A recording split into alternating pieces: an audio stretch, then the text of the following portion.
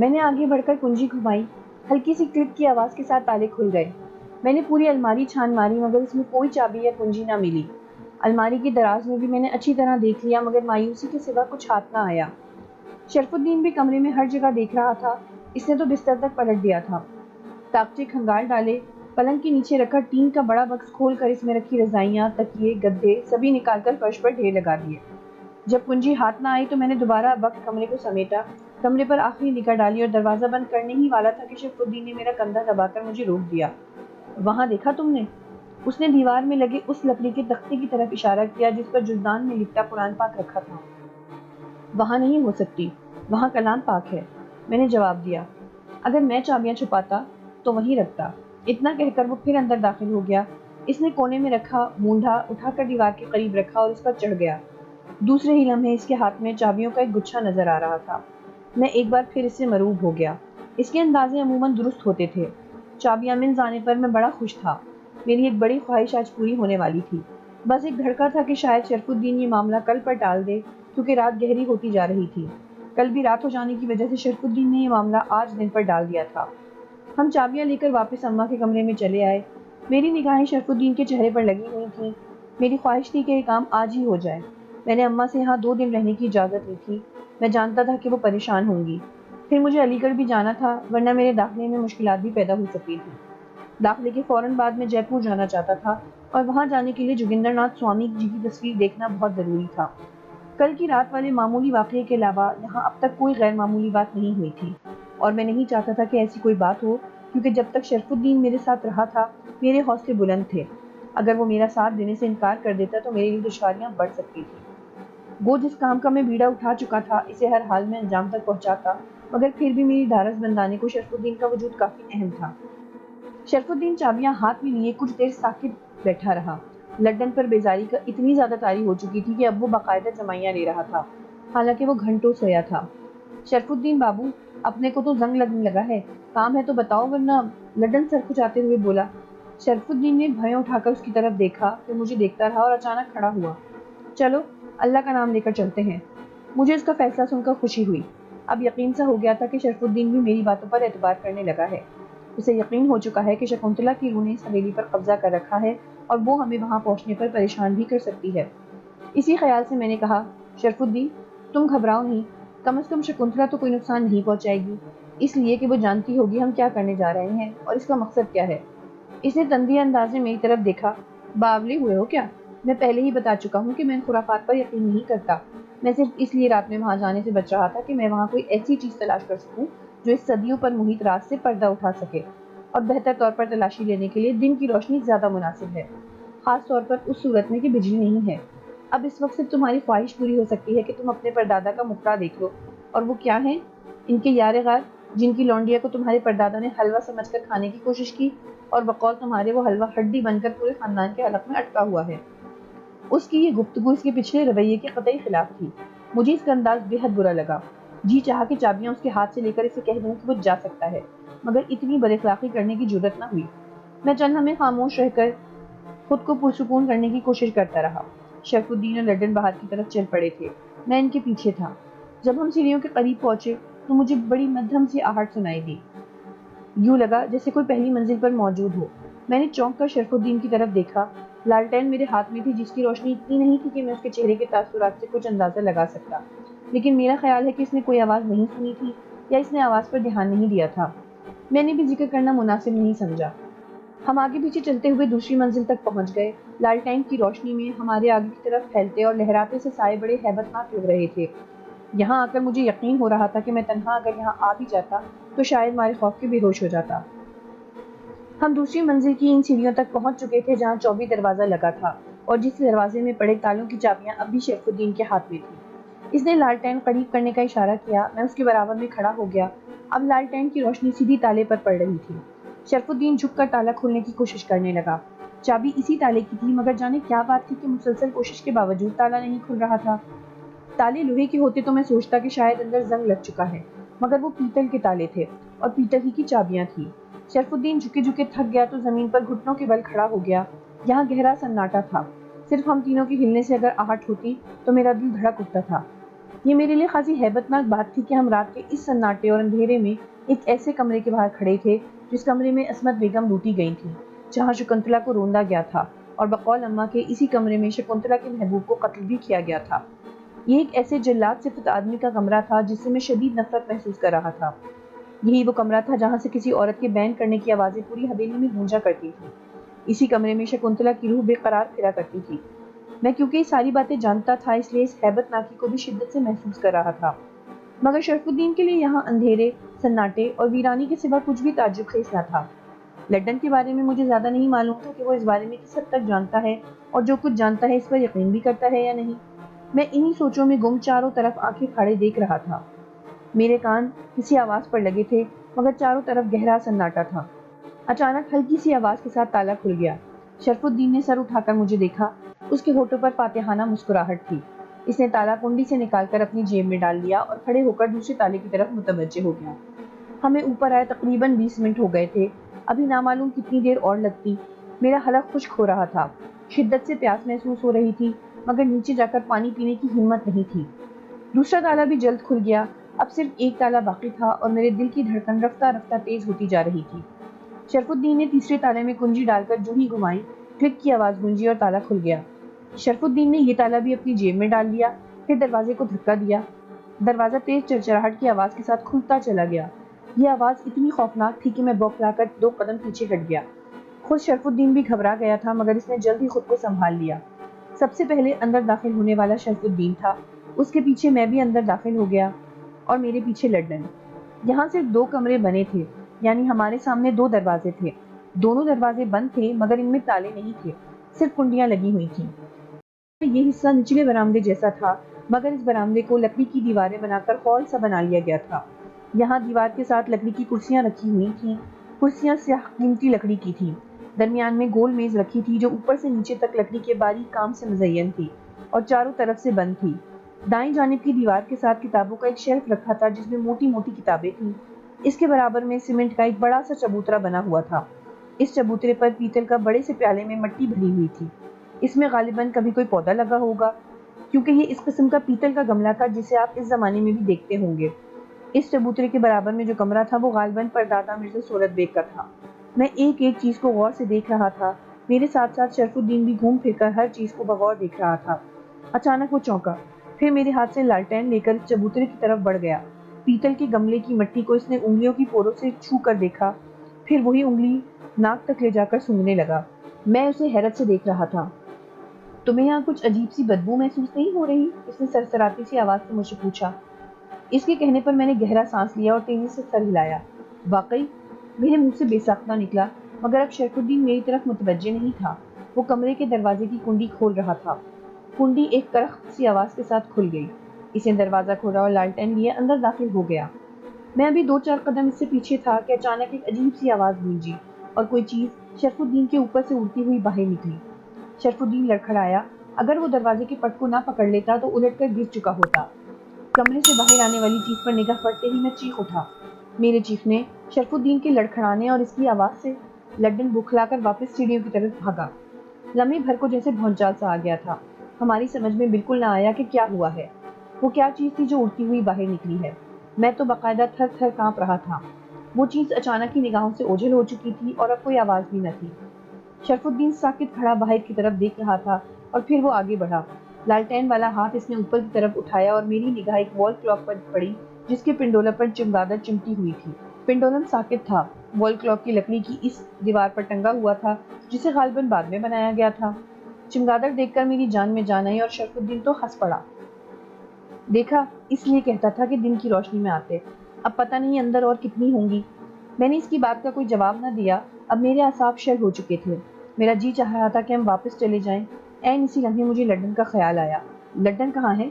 میری بات سن کر شرف الدین نے چونک کر چاروں طرف دیکھا۔ سیڑھیوں کی طرف بھاگا تھا۔ میں نے دوبارہ کہا، لنڈن، لنڈن۔ شرف الدین نے سیڑھیوں کے قریب جا کر آوازیں دی، مگر ہمیں کوئی جواب نہ ملا۔ غالباً وہ جا چکا تھا۔ شرف الدین، میرا خیال ہے کہ ہم بھی واپس چلتے ہیں، کل دن میں آ جائیں گے۔ میں نے آواز کی لرزش کو چھپاتے ہوئے کہا۔ نہیں بھیا، فضول وقت نہیں ہے میرے پاس۔ تم اپنے پردادا کی تصویر لو اور چلو، اپنے کمرے میں بیٹھ کر جی بھر کے دیکھ لینا۔ مجھے کل مراد آباد جانا ہے۔ شرف الدین یہ کہتا ہوا پھر کمرے کی طرف بڑھ گیا۔ میں اس کے پیچھے ہی داخل ہوا۔ یہ پردادا کی خوابگاہ تھی۔ اتنی خوبصورت خوابگاہ دیکھ کر میں حیران رہ گیا۔ کمرے کے وسط میں گول مسہری رکھی تھی جس پر چھت سے لے کر زمین تک باریک سفید جال کی مچھردانی لٹکی ہوئی تھی۔ دیواروں پر خوبصورت عورتوں کی عریاں بڑی بڑی تصویریں لگی تھیں۔ دائیں جانب سیاہ قیمتی لکڑی کی الماری، اسی لکڑی کی گول فریم میں جڑا آئینہ اور اس آئینے کے سامنے ایک اونچا سا سٹول رکھا تھا۔ بائیں جانب پوری دیوار پر سفید ریشمی پردے پڑے تھے۔ چھتوں پر فانوس لٹکے ہوئے تھے۔ دیواروں میں جگہ جگہ تاکچے بنے ہوئے تھے۔ ان تاکچوں میں موم بتی دان رکھے تھے۔ ایک کونے میں پیتل کی باریک جالی سے بنا سراہی نما برتن رکھا تھا۔ ایک جانب آتش دان پر دادا مرزا سولت بیگ کی تصویر رکھی تھی۔ وہ شرف الدین، میں نے اس جانب اشارہ کیا۔ وہ لالٹین لیے اسی آتش دان کے قریب آ گیا۔ لالٹین کی روشنی میں مرزا سولت بیگ کا چہرہ مجھے زندہ انسان کا چہرہ لگا۔ بڑی بڑی سیاہ آنکھیں، گھنی داڑھی مونچھیں، موٹے موٹے مگر پرکشش ہونٹ، سیاہ گھنگریالے بال اور چہرے پر بلا کا روب اور دبدبا۔ نہ معلوم کیوں مجھے لگا جیسے وہ مجھے دیکھ کر مسکرا رہے ہوں۔ یہ تصویر کسی بہترین مصور نے بنائی تھی۔ ماتھے پر پڑی تیوریاں، چہرے پر مسکرانے سے بن جانے والی لکیریں، آنکھوں کے کونوں میں باریک جھریاں، ہر چیز واضح نظر آ رہی تھی۔ وہ بلا شبہ خوبصورت اور پروقار شخص کی قد آدم تصویر تھی۔ سفید کرتے پاجامے میں ملبوس مرزا سولت بیگ میرے سامنے موجود تھے۔ کیا تمہیں یقین ہے یہی مرزا سولت بیگ ہے؟ شرف الدین نے پوچھا۔ ہاں، اماں نے بتایا تھا اس کمرے میں ان کی تصویر ہے اور جو نقشہ اماں نے کھینچا تھا وہ ہو یہی تھا۔ اب چلو اٹھاؤ یار، اپنے کمرے میں جا کر دیکھنا، شرف الدین نے مجھے ساکت کھڑے دیکھ کر کہا۔ مگر یہاں جوگندر ناتھ کی تصویر بھی ہے، اماں تو بتا رہی تھی کہ یہاں ایک تصویر میں دونوں۔ یہ تو اٹھاؤ، دوسری بھی تلاش کرتے ہیں، شرف الدین نے جھلا کر کہا۔ میں نے دونوں ہاتھ بڑھا کر وہ تصویر اٹھا لی۔ تصویر اٹھاتے ہی میں چونک پڑا۔ اس بڑی تصویر کے پیچھے مجھے وہ تصویر بھی مل گئی جس میں مرزا سولت بیگ کے ساتھ ایک ہندو کی تصویر بھی تھی۔ چلو تمہارا کام بن گیا۔ دوسری تصویر پر نگاہ پڑتے ہی شرف الدین بول اٹھا۔ لاؤ یہ مجھے دے دو اور اب چلنے کی کرو، پتہ نہیں کیا بچ گیا ہے، مجھے بھوک لگ رہی ہے۔ میں اماں سے کہہ کر آیا تھا کہ میں گھنٹہ بھر بعد واپس آ جاؤں گا، وہ انتظار کر رہی ہوں گی۔ اب میں خود بھی وہاں ٹھہرنا نہیں چاہتا تھا۔ ہم دونوں پردادا کے کمرے سے باہر نکل آئے۔ شرف الدین نے کمرے کے دروازے میں کنڈی لگائی۔ میں نے لالٹین اٹھا کر اس چمگادڑ کو دیکھنا چاہا، وہ اب بھی پنڈولم سے چمٹی لٹک رہی تھی۔ شرف الدین کنڈی لگا کر پلٹا، اس کی نگاہ بھی وال کلاک پر پڑی۔ پھر ہم دونوں سیڑھیوں کی طرف بڑھ گئے۔ سیڑھیوں سے نیچے اتر کر ہم نے وہ بڑا چوبی دروازہ بھی بند کر دیا۔ شرف الدین نے تینوں تالے اسی طرح ڈال دیے اور چابیاں میری طرف بڑھا دی، جنہیں میں نے اپنی جیب میں ڈال لیا۔ ہم پیچھے جانے کے لیے پلٹے، اسی لمحے ہمارے نتنے میں گیندے کی خوشبو گھس گئی۔ میری اور شرف الدین کی نگاہ اس دو چھتی کی جانب اڑ گئی۔ دروازے کے پٹ میں گیندے کے تازہ پھولوں کے ہار لٹک رہے تھے۔ دیکھا تم نے، یہاں کوئی تھا، یہ ہار، میں نے کہنا چاہا۔ یہ ہار پہلے بھی موجود تھے، شرف الدین نے منہ بنا کر کہا۔ مگر یہ خوشبو، تمہاری ناک بند ہوگی، یہ خوشبو بھی موجود تھی۔ شرف الدین، ہم اس وقت اس کے بہت قریب گئے تھے، مگر اس وقت یہ خوشبو اتنی تیز محسوس نہیں ہوئی تھی۔ تم اس وقت محسوس زیادہ کر رہے ہو، اس نے یوں کہا جیسے کوئی کسی بچے کے سوالات سے الجھ کر اسے ٹالنے کی کوشش کرتا ہے۔ میں نے مزید کچھ کہنا بیکار سمجھا اور اس کے پیچھے سیڑھیاں اترنے لگا۔ مرزا سولت بیگ کی بڑی تصویر میں نے اٹھائی ہوئی تھی اور چھوٹی تصویر جس میں مرزا سولت بیگ کے علاوہ جوگندر ناتھ بھی تھے، شرف الدین کے پاس تھی۔ لالٹین بھی اسی کے پاس تھی۔ وہ تیز قدموں سے سیڑھیاں اتر رہا تھا۔ تھوڑی ہی دیر میں ہم اماں کے کمرے کے دروازے پر کھڑے حیرت سے لڈن کو دیکھ رہے تھے۔ لڈن نیچے فرش پر بچھی چاندنی پر بے خبر سو رہا تھا۔ میں تو سمجھا تھا کہ وہ خوفزدہ ہو کر حویلی سے بھاگ گیا ہوگا، شرف الدین بڑبڑایا۔ یہ انسان ہے یا حیوان، اتنا بے حس؟ یا تو خوفزدہ ہو کر بھاگا تھا یا یہاں پڑا خراٹے لے رہا ہے، میں نے مرزا سولت بیگ کی تصویر کارنرز پر رکھتے ہوئے کہا۔ شرف الدین نے آگے بڑھ کر لڈن کو ہلایا، وہ کچھ بڑبڑایا اور کروٹ لے کر پھر سو گیا، مگر دوسرے ہی لمحے اٹھ کر بیٹھ گیا۔ اب کیا کرنا ہے شرف الدین بابو، کہو تو ہم جائیں؟ اس نے سر کھجاتے ہوئے کہا۔ شاید اسے کسی نہ کسی جگہ کھجاتے رہنے کی عادت تھی۔ میں اور شرف الدین ایک دوسرے کو دیکھ کر رہ گئے۔ یوں لگتا تھا جیسے وہ دوپہر کا سویا ابھی ابھی اٹھا ہو۔ میں بولنے ہی والا تھا کہ اچانک شرف الدین بول اٹھا۔ ہم تو اوپر سے ہو کر بھی آ گئے اور تم اب تک پڑے سو رہے ہو؟ ایسا کہتے ہوئے وہ لڈن کی آنکھوں میں دیکھ رہا تھا۔ لو، تو ہمیں کیا پتا، اٹھا دیا ہوتا تو ہم کیا جانے، پتہ نہیں ابا کیسے ہوں گے۔ اس کے اس جملے نے بھی مجھے چونکا دیا۔ میں بالکل بھول گیا تھا کہ رمزو بابا کی طبیعت خراب تھی۔ ہاں تم جاؤ، میں بول اٹھا، ہم بھی رات کو شرف الدین کے گھر جاتے ہوئے آئیں گے۔ اتنا سنتے ہی وہ جمائی لے کر اٹھ کھڑا ہوا۔ شرف الدین اب بھی اسے غور سے دیکھ رہا تھا۔ میں خود بھی لڈن کے رویے پر حیران تھا۔ بالکل بھی نہیں لگتا تھا کہ وہ ہمارے ساتھ اوپر گیا تھا اور پھر خوفزدہ ہو کر واپس آ گیا تھا۔ بہرحال میں اس وقت اس سے بات نہیں کرنا چاہتا تھا، اس لیے کہ میری تمام دھیان مرزا سہولت بیگ اور جوگندر ناتھ کی تصویر کی طرف تھا جو ہم اپنے ساتھ لے کر آئے تھے۔ لڈن ہمیں خدا حافظ کہتا ہوا چل دیا۔ بشیر کی طرح اس نے مجھ سے گیٹ تک لالٹین لے کر چلنے کی فرمائش نہیں کی۔ اس کے جاتے ہی میں اس کارنرز کی طرف آ گیا جہاں میں نے پردادا مرزا سہولت بیگ اور جوگندر ناتھ سوامی جی کی تصویر رکھی تھی۔ مرزا سہولت بیگ کی قد آدم تصویر جس میں وہ تنہا تھے اب بھی شرف الدین کے ہاتھ میں تھی۔ یہاں کی تیز روشنی میں مجھے مرزا سہولت بیگ ایک قریح، جابر اور انتہائی ناپسندیدہ شخص لگے۔ ان کی بڑی بڑی سیاہ آنکھوں میں پہلا ہوا شر صاف نظر آ رہا تھا۔ میں نے اپنی زندگی میں آج تک کسی کی آنکھوں میں ایسی خباثت محسوس نہیں کی تھی جیسی مجھے ان کی آنکھوں میں محسوس ہو رہی تھی۔ ان کی نسبت جوگندر ناتھ کی آنکھوں میں مسکراہٹ اور چہرے پر ملائمت محسوس ہوئی۔ گول چہرہ، چوڑی اور پھیلی ہوئی ناک اور موٹے ہونٹوں والا جوگندر ناتھ، اس میں ایک عجیب سی کشش تھی، ذہن میں اچھا تاثر پھیلا دینے والی کوئی چیز۔ ان کی چھوٹی چھوٹی اندر کو دھسی آنکھیں، ماتھے پر پڑی چند گہری لکیریں اور ہونٹوں کے کناروں کو ذرا سا ابھار دینے والی 2 لائنیں نظر آنے کے باوجود مجموعی تاثر کو زائل کرنے میں ناکام تھی۔ یہ ملائمت شاید ان کی ذات کی تھی جو چہرے پر منعکس ہو رہی تھی، یا ممکن ہے کہ ان کے برابر میں مرزا سہولت بیگ کا کرخت چہرہ، آنکھوں میں دور تک پھیلی سنگلاخی اور ایک دوسرے میں پیوست ہونٹوں پر جمع تکبر جوگندر ناتھ کو زیادہ نرم خو ثابت کرنے میں معاون ہو۔ میں دونوں کی تصویر میں گم تھا کہ شرف الدین نے میرے کاندھے پر ہاتھ رکھ کر مجھے چونکا دیا۔ اب مجھے یقین ہو گیا ہے وقار الحسن کہ کم سے کم تمہارے پردادا مون میڈنس نامی بیماری کے پرانے مریض تھے۔ کیا مطلب؟ میں بھن آ گیا۔ یار، یہ چہرہ قطعی طور پر ایک اب نارمل آدمی کا چہرہ لگتا ہے۔ جب آدمی تصویر کھنچوانے یا بنوانے بیٹھتا ہے تو خواہ مخواہ نہ جانتے ہوئے بھی چہرے کے عضلات کو ڈھیلا چھوڑ دیتا ہے، مسکرانے لگتا ہے۔ مجھے یقین ہے کہ یہ کوشش انہوں نے بھی کی ہوگی، اس میں کسی حد تک کامیاب بھی ہوئے ہوں گے، لیکن دیکھو، اس کوشش کے باوجود وہ اپنی آنکھوں میں بھری وحشت اور چہرے پر پھیلا تاثر مٹانے میں ناکام رہے ہیں۔ یہ تصویر تم کسی بھی ماہر نفسیات کے پاس رکھ دو، میں شرط لگاتا ہوں کہ وہ انہیں ایک پاگل قرار دے گا۔ سوری، ہاں، لیکن وہ کہے گا کہ یہ ایک پاگل آدمی کی تصویر ہے۔ شرف الدین، تم میرے پردادا کے بارے میں گفتگو کر رہے ہو؟ میں پہلے ہی معذرت کر چکا ہوں وقار الحسن، میں صرف اسی لیے ان کے کمرے تک گیا تھا کہ ان کے کمرے کی اندرونی حالت، ان کی تصویر یا اسی سے ان کی کچھ ذاتی چیزوں کو دیکھ کر ان کی شخصیت اور ان کی فطرت کے بارے میں اندازہ لگا سکوں۔ کیا تم یقین کرو گے کہ جو خاکہ میں نے اپنے ذہن میں بنایا تھا وہ ہو بہو یہی تھا؟ دیکھو شرف الدین، میں نے پہلے روز ہی جب تم سے مدد مانگی تھی تو اس کا مطلب یہ تھا کہ میں تم سے اپنے کسی مسئلے کے لیے مدد مانگ رہا ہوں۔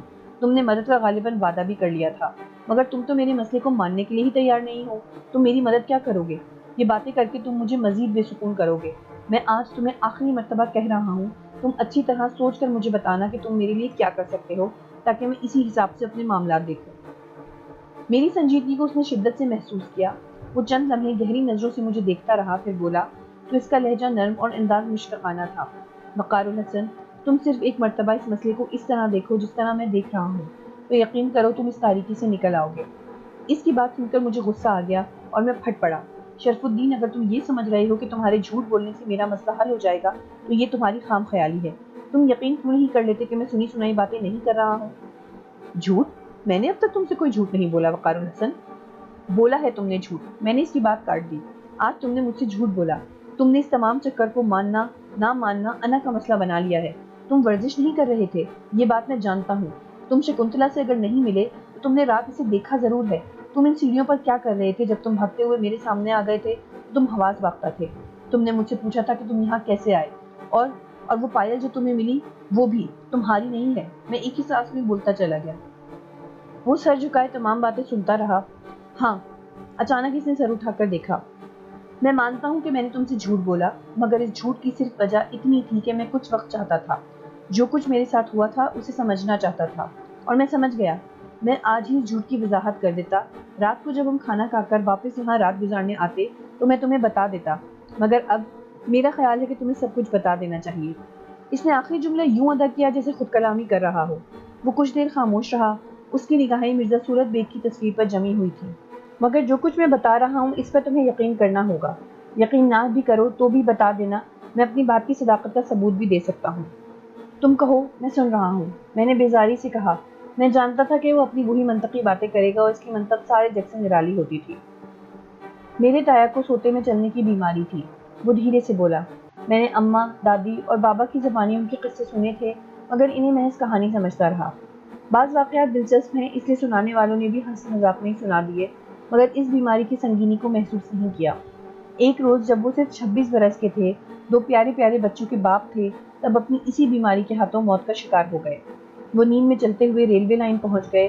رات کی کسی پہر ایک تیز رفتار ٹرین انہیں اڑاتی ہوئی دور تک لے گئی، اور پھر وہ لمحے بھر کو خاموش ہوا تو میں نے سناٹے کی گونج سی محسوس کی۔ رات اب گہری ہو چکی تھی، شاید 10 بج چکے تھے۔ اماں کے کمرے کی کھڑکی کے اس پار نظر آنے والی چار دیواری پر چاندنی ترچھی ہو کر پڑ رہی تھی۔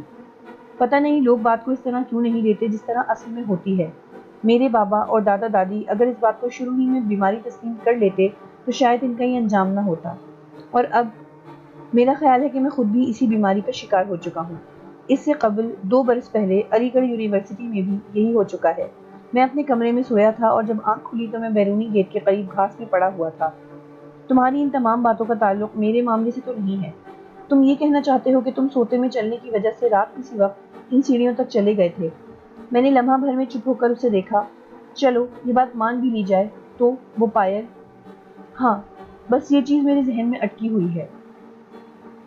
ویسے تم زیادہ خوش قسمت ہو، تمہاری بہنیں پائل ضرور پہنتی ہوں گی، اور انہیں گیا تیسرا دن ہے۔ مراد آباد جاؤ تو یہ پائل لیتے جانا۔ اس نے جیب سے پائل نکال کر میری طرف بڑھا دی۔ میں نے خاموشی سے پائل اس سے لے لی، چند لمحے اسے دیکھتا رہا۔ اس کے چہرے پر کوئی تاثر نہ تھا، وہ اب بھی مرزا صورت بیگ کی تصویر کو غور سے گھور رہا تھا۔ کیا تم میرے ساتھ جے پور چلو گے؟ میں نے کچھ دیر بعد پوچھا۔ ہاں، مجھے جے پور دیکھنے کا شوق ہے، وہ پنک سٹی کہلاتا ہے، اور تم تو جانتے ہو نا کہ گلابی رنگ بھرپور زندگی کا خاص رنگ ہے۔ میں وہاں راجے مہاراجوں کی محل بھی دیکھنا چاہتا ہوں۔ ویسے بھی 2 مہینے کی چھٹیاں ہیں۔ میں وہاں گھومنے نہیں، شکنتلا کے گھر والوں سے ملنے جا رہا ہوں۔ جوگندر ناتھ بعد میں جے پور چلے گئے تھے۔ تمہارا کیا خیال ہے، یہ بڑے میاں اتنے برس گزر جانے کے باوجود زندہ ہوں گے؟ اس نے کارنرز پر رکھی تصویر کی طرف اشارہ کیا۔ ممکن ہے نہ ہوں، میں نے دھیرے سے کہا۔ یقیناً نہیں ہوں گے، اس نے مضبوط لہجے میں جواب دیا۔ اب گھر چلنے کا ارادہ ہے یا نہیں؟ چلو، میں کھڑا ہو گیا۔ ہم دونوں حویلی کے گیٹ بند کر کے شرف الدین کی گھر کی طرف چل پڑے۔ میں سوچ رہا تھا کہ اماں بے چین ہوں گی۔ میں نے ان سے 2 روز یہاں رہنے کا کہا تھا۔ وعدے کے مطابق مجھے آج یا کل صبح سویرے ہی یہاں سے روانہ ہو جانا تھا۔ میں اب تک فیصلہ نہیں کر پایا تھا کہ مجھے کیا کرنا چاہیے۔ میں نے سوچ لیا کہ آج ہی رات میں اماں کو خط لکھ دوں گا، انہیں خیریت کی اطلاع پہنچ جائے گی تو وہ پرسکون ہو جائیں گی۔ ہم سوچوں میں گم شرف الدین کے گھر تک پہنچ گئے۔ دروازے پر نگاہ پڑتے ہی مجھے شگفتہ کا خیال آ گیا۔ میری آنکھوں میں ستارے جھلملا اٹھے، الجھا ہوا ذہن بالکل صاف ہو گیا۔ شرف الدین نے آگے بڑھ کر کنڈی بجائی اور کھٹاک سے دروازہ کھل گیا۔ حسب توقع شگفتہ سامنے کھڑی تھی، اس کے چہرے پر ہوائیاں اڑ رہی تھیں۔ آپ لوگ اتنی دیر کیوں کر دی؟ خیریت ہے نا؟ اس نے چونک کر مجھے دیکھا۔ ہاں خیریت ہے، مگر میں آپ لوگوں کے لیے پریشان تھی۔ پرانی عادت ہے تمہاری، کوئی نئی بات کرو۔ اماں کہاں ہیں؟ شرف الدین نے اندر داخل ہوتے ہوئے پوچھا۔ اندر نماز پڑھ رہی ہیں، وہ ابھی بار بار پوچھ رہی تھی، شگفتہ نے مجھ سے نگاہیں چراتے ہوئے کہا۔ شرف الدین مجھے بیٹھنے کا کہہ کر اندرونی حصے میں چلا گیا۔ شگفتہ دروازے کی چوکھٹ سے لگی کھڑی تھی، وہ اس وقت گلابی رنگ کا سوٹ پہنی تھی۔ تبھی شرف الدین کا جملہ میرے ذہن میں گونج اٹھا۔ گلابی رنگ بھرپور زندگی کا خاص رنگ ہے۔ اس نے سچ ہی تو کہا تھا، زندگی اپنے بھرپور رنگ میں میرے سامنے موجود تھی۔ نہ جانے میری نگاہوں میں ایسا کیا تھا کہ وہ لمحہ بھر میری آنکھوں میں نہیں دیکھ پاتی تھی۔ اس نے جھجک کر نگاہیں دوسری جانب پھیر دیں اور دھیرے سے کہا، بیٹھیے، بھیا کو تو ابھی بہت دیر تک ڈانٹ پڑے گی۔ اس کی آواز میں ایک پرکشش سی لرزش تھی۔ کیوں؟ بابا نے مراد آباد جانے کو کہا تھا، میں تایا کے یہاں جانا چاہتی ہوں، اگلے ماہ ان کی بیٹی کی شادی ہے۔ مراد آباد تو مجھے بھی جانا ہے، میں غیر ارادی طور پر کہہ بیٹھا، حالانکہ میرا مراد آباد جانے کا کوئی پروگرام نہیں تھا۔ میں نے محسوس کیا کہ اچانک گلابی رنگ پورے کمرے میں پھیل گیا۔ سچ؟ ہزاروں ستارے لمحے بھر کو جگمگا اٹھے۔ بالکل سچ، میں نے بیٹھتے ہوئے کہا۔ اسی وقت آہٹ ہوئی، میں نے نگاہیں دیوار پر ٹنگی ہوئی تصویروں پر ٹکا دی۔ شگفتہ ایک جانب رکھی تپائی پر پڑا میز پوش ٹھیک کرنے لگی۔ دوسرے ہی لمحے شرف الدین اندر داخل ہوا۔ یہ سب تمہاری وجہ سے ہوا ہے، وہ آتے ہی مجھ پر دہاڑا۔ کیا ہو گیا؟ میں بوکھلا گیا، یوں جیسے میری چوری پکڑی گئی ہو۔ شگفتہ کی حالت بھی مجھ سے کچھ مختلف نہ تھی۔ یار دیکھو، یہ روؤں کا چکر ٹھیک نہیں ہے، میری باتوں پر سنجیدگی سے غور کرو اور اس مسئلے کا کوئی معقول حل نکالو۔ جائیداد کا بٹوارا نہایت مناسب حل ہے۔ آج میں نے اماں سے تمہارے چکر میں ڈانٹ کھائی ہے۔ میں نے حیرت سے شرف الدین کو دیکھا، یہ وہ آدمی نہیں تھا جو آج سارا دن میرے ساتھ رہا تھا۔ یعنی دوسرے معنوں میں تم میری مدد سے انکار کر رہے ہو؟ میں نے چپتے ہوئے لہجے میں کہا۔ بھائی، میں تمہاری ہر قسم کی مدد کو تیار ہوں، مگر تم تو گڑے مردے اکھاڑنے کا تہیہ کیے بیٹھے ہو۔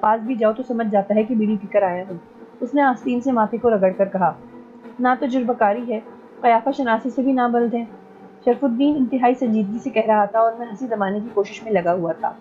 اچھا یہ بتاؤ کہ آج جب ہم وقار الحسن کی حویلی میں اوپر کی منزل کا دروازہ کھول رہے تھے تو تم بھاگے کیوں تھے؟ لو جی، میں بھاگنے والوں میں سے نہیں ہوں۔ وہ ایک دم ہتے سے اکھڑ گیا۔ آپ مجھے لے کر چلتے، پھر دیکھتے پتہ نہیں کتنے فن خان لٹا چکا ہوں۔ ویسے وہاں تھا ہی کیا جو اب میں بھاگتا؟ آپ نے تو کہا تھا کہ صفائی کرنا ہے، وہ جب کہو گے کر دوں گا، مگر دونی لوں گا۔ دروازے کے بالکل اوپر جلتے پیلے رنگ کے بلب کی متفوق سی روشنی میں اس کے چہرے کے تاثرات تو نہیں دیکھ سکا کیونکہ میں کھڑا ہوا تھا۔ ممکن ہے شرف الدین نے کچھ دیکھا اور اندازہ لگایا ہو۔ بہرحال باتوں سے تو یہ لگا کہ وہ ٹھیک کہہ رہا ہے۔ اب بات سمجھ نہیں آ رہی تھی کہ یہ ٹھیک کیسے ہو سکتا ہے۔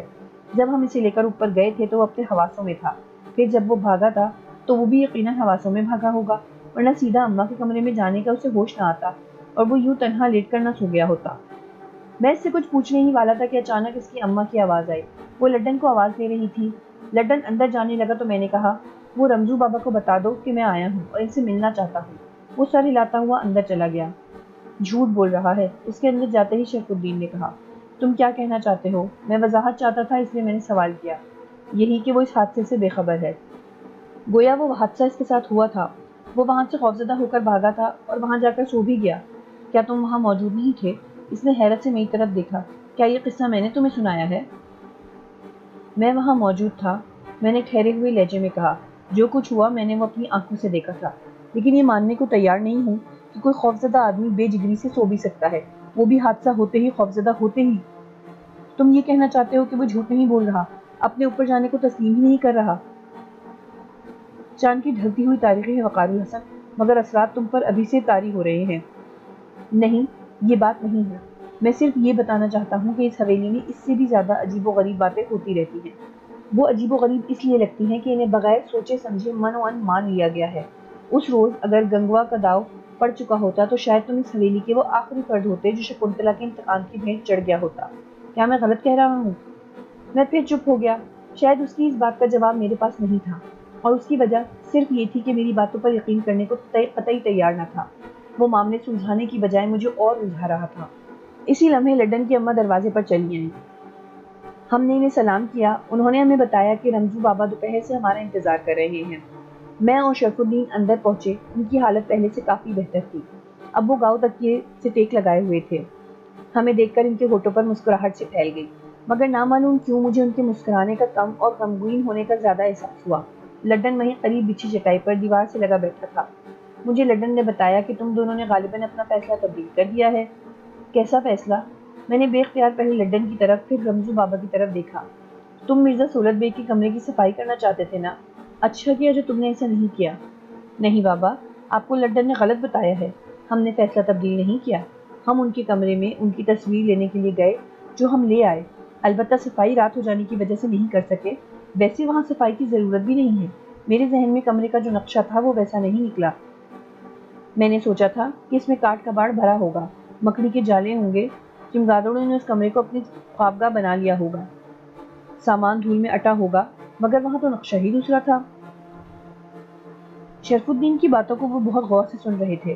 اس نے بات ختم کی۔ رمزو بابا کے ہونٹوں پر جم جانے والی مسکراہٹ پگھل گئی، ہونٹ سکڑ گئے اور آنکھوں میں بے کلی سی بھر گئی۔ تم دونوں وہاں گئے تھے؟ ان کی آواز سرسراتی ہوئی سرگوشی لگی، یوں جیسے تیز ہوا کا جھونکا کان کی لوئیں چھو کر گزر گیا ہو۔ جی بابا، میں نے جواب دیا۔ میں انہیں بہت غور سے دیکھ رہا تھا۔ آج چاند کی کون سی تاریخ ہے؟ ان کا سانس پھولنے لگا۔ 16۔ میں نے جواب دیا تو یوں لگا جیسے ان کے قریب ہی کہیں اور کہیں بم پھٹ گیا ہو۔ وہ اتنی زور سے اچھلے تھے کہ میں اور شرف الدین دونوں گھبرا کر کھڑے ہو گئے۔ مجھے ان کے چہرے پر زلزلے کے سے آثار نظر آئے۔